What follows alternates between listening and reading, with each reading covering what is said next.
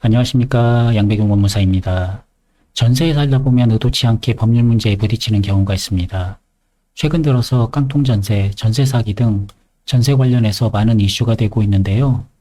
보통 전셋집을 구할 때 집을 보고 괜찮다 싶으면 등기부 등본으로 가압류, 압류, 저당권이 있나 없나 확인한 후에 이런 저당권 설정 등기가 없다면 전세 계약을 합니다. 그리고 입주 후에 바로 동사무소에 가서 전입신고를 하고 동시에 임대차 계약서에 확정일자를 받는 것이 일반적인 순서입니다. 이렇게 하셨으면 대부분 다 아시는 것처럼 대항력과 우선변제권을 취득하신 겁니다. 그런데 이렇게 대항력과 우선변제권을 취득했으니 안심하고 거주를 하다가 갑자기 임차주택이 세금 체납으로 공매에 붙여진다는 공매 통지를 받고 급히 등기부 등본을 떼보니까 세금 체납에 따른 압류가 있다는 것을 발견하고 황당한 기분을 느끼셨을 분들이 계실 겁니다. 그럼 이제 일은 벌어졌고 다음 대응 방안을 생각해 봐야 하는데요. 이런 상황에서 첫 번째로 파악해 봐야 하는 것이 내가 대항력과 우선변제권을 언제 취득했는지 알아보는 것입니다.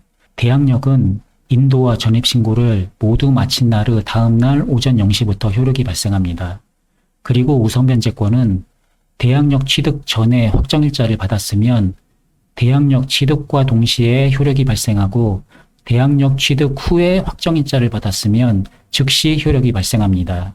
이렇게 내가 취득한 대항력과 우선변제권의 취득 시기가 중요한 이유는 압류를 한 채권 또는 우선변제권 있는 임대인에 대한 다른 채권과의 우선순위를 정하는 데 기준이 되기 때문입니다. 그리고 두 번째 파악해야 하는 것은 압류채권 또는 우선변제권 있는 임대인에 대한 채권의 발생 시기와 그 채권 금액 또는 압류 금액을 파악하는 것입니다. 상대편 채권의 효력 발생 시기를 알아야 내 임차권과 비교하여 우선순위를 파악할 수 있고 압류 금액이 많고 적음에 따라 내 임차보증금의 회수 여부도 결정될 수 있기 때문에 이를 파악해 그 후 대응책을 생각해 볼 수 있기 때문입니다. 그런데 상대편의 채권이 저당권 등과 같이 등기된 권리라면 등기부 등본에 기재된 내용을 보고 내 임차권과 우선순위를 비교해 볼 수 있고 채권 금액도 파악하는 것이 가능하지만 체납 처분에 따른 과세관청의 압류는 그것이 당일세에 의한 것인지 조세채권의 법정 기일이 언제인지를 파악하는 것이 어렵습니다. 이러한 내용들이 등기부 등본 압류 내용에 나타나지 않을 뿐더러 과세관청에 세입자임을 말하고 위 사실에 대한 문의를 해도 개인정보라 과세관청도 알려줄 수 없기 때문입니다. 하지만 임대인에게 직접 물어서 확인은 할 수 있고 이렇게 얻은 내용을 통해서 인터넷 검색 등 다양한 루트를 활용하여 본인의 임차권과 비교하여 압류채권과의 우선순위 등을 파악해야 합니다. 부동산에 대한 권리 분석은 많은 변수들이 존재하기 때문에 권리 분석을 하는데 어려움이 있다면 전문가와 상담을 해보는 것도 좋은 방법일 것입니다.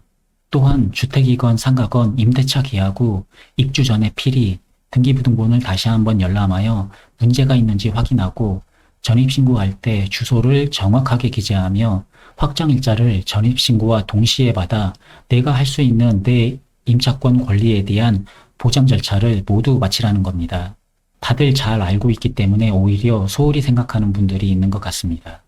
가끔 이런 기본적인 부분을 빠뜨려서 후에 문제가 생겨 어려움을 겪는 분들을 상담하다 보면 대항력과 확정일자는 아무리 강조해도 지나치지 않은 것 같습니다. 임대차 계약에서 대항력과 우선변제권이 만사형통은 아니지만 임차인의 임차보증금을 확보하는 데 있어 가장 중요한 역할을 하는 것은 분명합니다.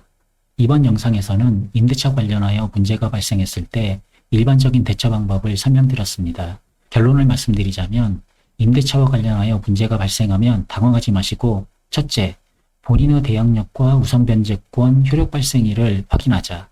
둘째, 압류채권 등 상대방의 권리의 효력 발생 시기, 압류 금액 또는 채권 금액을 파악하자.